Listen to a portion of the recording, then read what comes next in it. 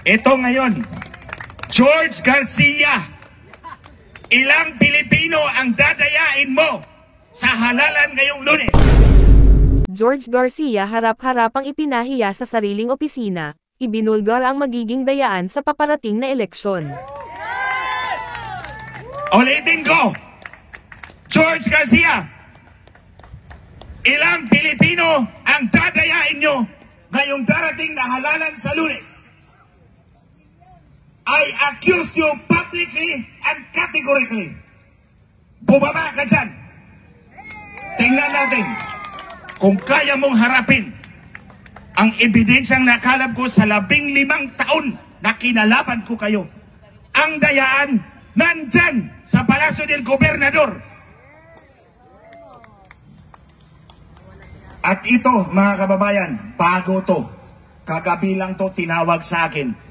George, makinig ka!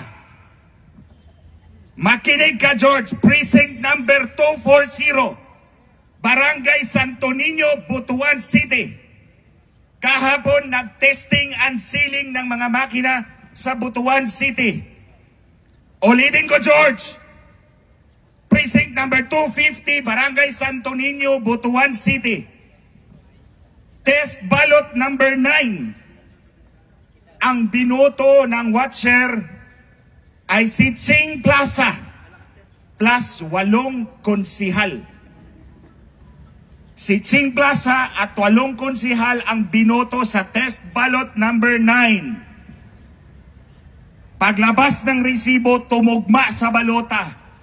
Pero, nung tiningnan nila ang election return sa screen, ang lumabas ay si Lau Fortun at 12 konsihal.